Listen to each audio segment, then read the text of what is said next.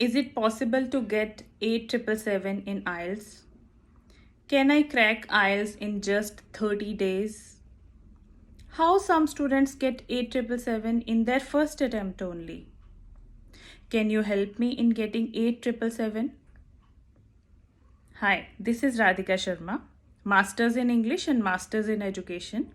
I am a certified IELTS and CELPIP trainer as well. Most of my students, I will say almost 90% of my students are able to crack IELTS by following my instructions. You can be the one as well. In today's video, I'm going to share some of my secrets. So stay tuned. Do watch till the end.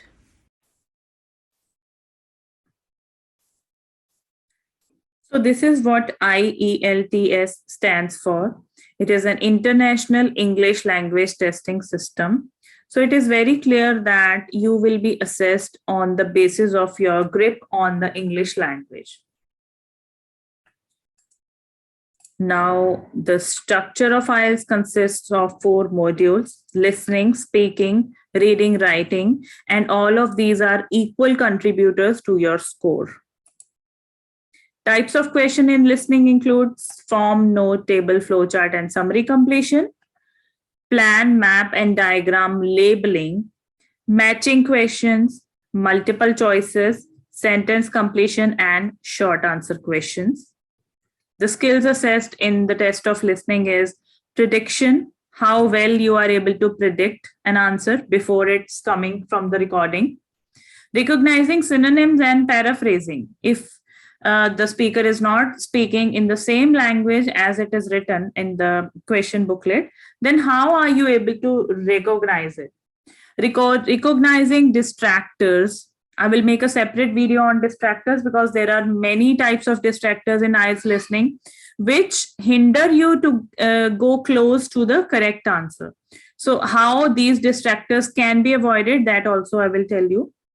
Understanding connected speech. Sometimes the speakers who are especially native speakers of a language, they do not talk about talk the clear words. For example, I got you. They will not say I got you. He will say gotcha. Okay. I am going to do this. I'm gonna do that. Okay, so like this, you have to understand what is the connected speech. In IELTS reading, there are different types of questions like given on the screen: true, false, yes, no, completion questions, matching features, matching information, matching headings, matching sentence endings, and MCQs. All of these are assessing different types of abilities and skills. So basically, the reading test is assessing your skills, reading for gist, reading for main idea, reading for specific type of information, reading for details, understanding inferences and implied meaning. Okay, you have to get the meaning from the context. Recognizing writers' opinions or purposes or attitudes, following the development of an argument, all these skills are assessed in your IELTS reading test.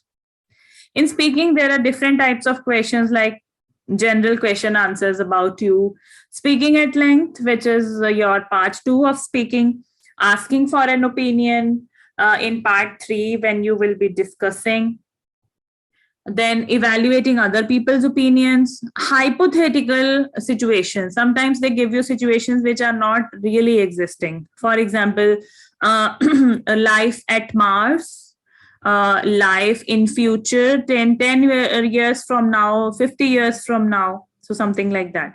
Comparing and contrasting about two things or two eras. Talking about your past, talking about the future, cause and effect. So these are the types of questions in speaking.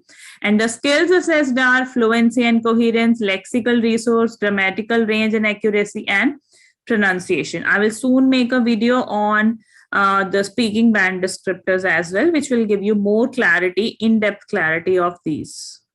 Then writing type of questions are report or letter writing, depending on the type of your test, whether it is academic, whether it is general training. Essay writing, and essay writing is further divided in opinion, non-opinion, two-part, best way, both views essays. Skills assessed in writing is task achievement, coherence and cohesion, lexical resource, and grammatical range and accuracy. So all of these I have already described in a video. I will share the link in the description. You can see for the detailed description of these band descriptors. Now talking about hacks. Now you have seen that there is so much information, so much of skills that you are being assessed upon. So the only one shortcut is hard work. Okay, there is no shortcut to hard work. You have to do hard work, and the teachers, the tutors who are telling you that you can do IELTS in 10 days, in 15 days, in 30 days, that is totally wrong. That is only to get more followers, because tip, tricks, hacks are always attracting students because they do not want to do hard work. They only want to have a good band score. All of my students who have got their dream score, they were having one thing in common. That was hard work. They were not seeking for shortcut, or many of the students were just disheartened because of they were relying too much on hacks. They were relying too much on tips, tricks. They were surfing internet and YouTube for all these things. So when they came to me and I told them the right way, in their first attempt after that, they cleared it. Okay, so it is not about 10 or 20 days. It is how well you can grasp on the language within the time that suits you the best. Everybody is different and everybody is having different pace. So I am not concerned with the days or the time. But yes, if you are really keen on learning, then nobody can stop you. Please like, subscribe, and share the channel. Please hit the bell icon so that whenever I upload a new video, then you can get to see it first. Never miss any video, because I keep on making more informating videos.